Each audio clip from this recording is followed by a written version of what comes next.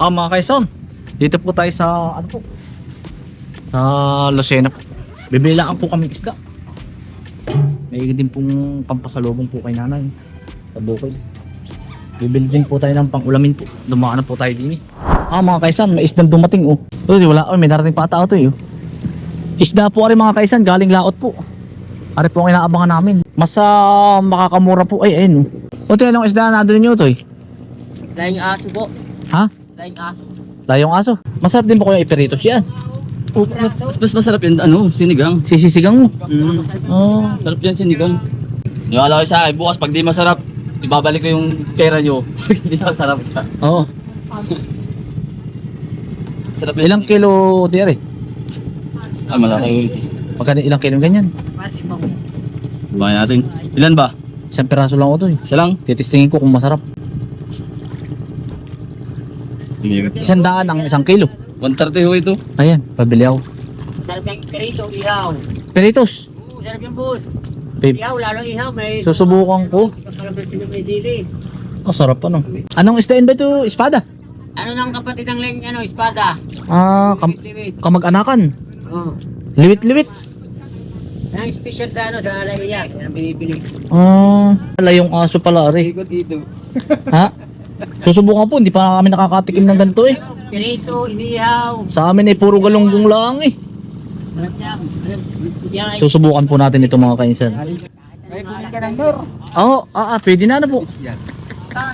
Buong kalambahaw na tatay. Ano, palitan natin. Susubukan ko ilang kilo? Uno dos.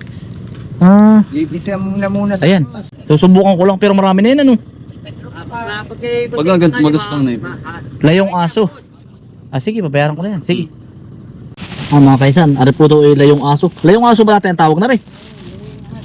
Malaki po eh. First time po makakatikim na rin. Masarap yan. Bakit isisigang ko lang?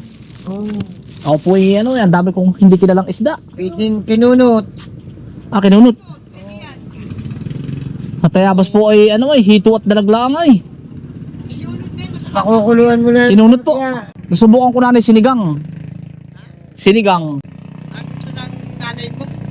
Ay hindi pa po kami nakakatikim ng ganari. Kaya gusto ko pong ipatikim po ba yung mga ganari. Sa amin po ay hito at dalaglang at tilapia. Tayabas po ay walang dagat ay. Lukman po. Doon papunta Lukman po. Abay pag naman doon ay doble na po ang presyo. Oo, ang dami kasi ng tao doon eh. Ay baka pipresyo ng 6,000 na sa amin. Ay siyempre gagasolina pa. Yung mahal tatay ng gasolina ngayon Nagbabiyahe ako doon, tatlong styrofoam. May binabagsakan kayo doon? Nasa tabi ngayon ilan sila. Oo. May mga payong-payong. Pinagwa. Pistang-pista mamimili. Ay bagsak presyo din o sakto lang? Sakto lang. Siya nga po. Ay arit, tatay ipipresyo na ng 6,000 sa ano. Pag nasa Tayabas na Hindi lang Oo. Mga 700. Doble na nga, kaya ako dito nabili. Na sideline lang ako dito pag ako may Napapapasyan ka dito di. ako may pinuntahan lang po din sa Lucena. Sabi ko kami dadaan din. Kataon naman walang isda ngayon. Ay wala doon. Maayos din naman Pati dito. kakaunti. Walang kuhan. Walang naglalaot. May lumaot walang huli. Pangulong na nga yun wala pa rin huli. Ay, hindi kagaya dati na marami doon nahuhuli Ba't kaya naunti na po ang isda? Gawa ng Yung nalulunod. Kumbaga baka sa tatay sa araw-araw na rin ang huhuli ng mga tao na nalayo kaya sila sila na hindi palayo lang palayo. Yung ba tatay yung Port Lucena na bago? Oo. Nandiyan si mahal na pangulo nung minsan na Oo. Ari may papunta tatay Romblon. Saan ang punta na yan? Marinduque. Marinduque. Saan ang papuntang Romblon? Bisa kaya ba ito papuntang Romblon? Yeah, mayroon dyan. Di niya po. May nabiyahe dyan. Sige po tatay. Salamat po. Tara Utoy. Kami pinuntahan lang ni Utoy po sa Lucena. Kaya po kami napadaan na dito. Utoy, titignan pa daw natin din sa loob. Yan si po. Si editor po. Si Juan. May pinuntahan lang po sa Lucena. Ay dadaan na kami. Aba, mga kainsan.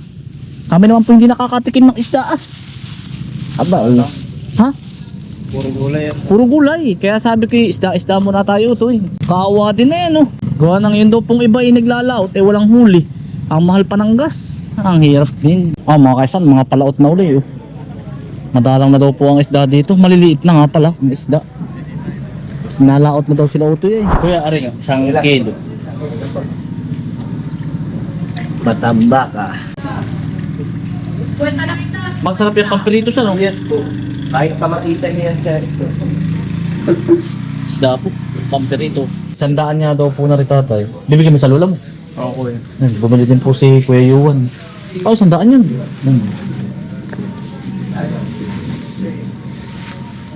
Pwede na ano. Ano tatay isdain yan? Sap-sap. Sap-sap. Eh tatay isa, magkano yung aring isang aring? Handaan. Sindami yun. Hindi tatay, babayaran ko na rin yan. Ay, look ba lang? Tayabas din po kayo? Tayabas? Sa tebas. Sa Puok. Hindi nga kilala yung barangay namin ay Ano nakakasakop?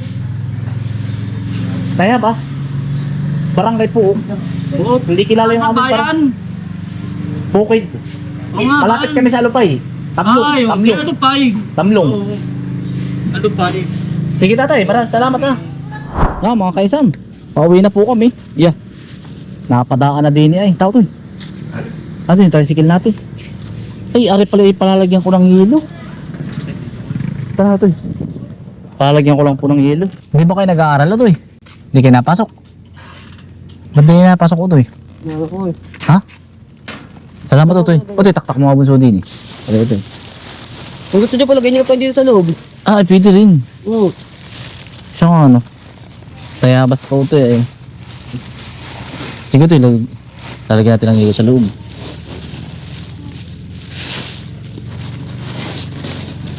Nagbabangka kayo ito sa araw o dito lang? Hindi po. Ano po yan? Oo, sige ito Salamat ha. Yeah. Sige ito Nasa iyo na ano? Sige, thank you. Mga kalimitan ng mga kaisan dito. Hindi po nag-aaral ng mga kabataan po, sayang ay. Dapat yung ganyan ganyan. At pinapaaral din ng ano, hirap yan. Mga kaisan, pinitas na po namin na rin canberry. Ang dami po. Pinakuha na po sa amin ni Kuya Larry. Otoy, magkumuha daw tayo ng pananim sa atin. Kasi marami na nakakuha. Oo, nakita ko. Yan po, hinarbis na po ni na Utoy. Dami. Ayun, no. Ano to Yan. Dami. Maasim lang po. Walang pinagkaiba po sa aling araw ang lasa. Saan nga daw po ang tatanim natin Utoy? Ito Pero saan nga daw po ang itatanim natin? Ano po yan doon eh? Oo. Para po marami sa bahay. Ayos naman ang lasa, parang aling araw po.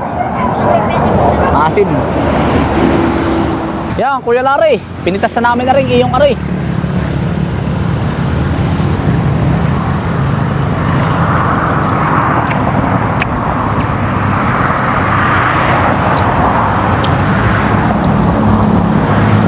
Lasa po yung aling araw.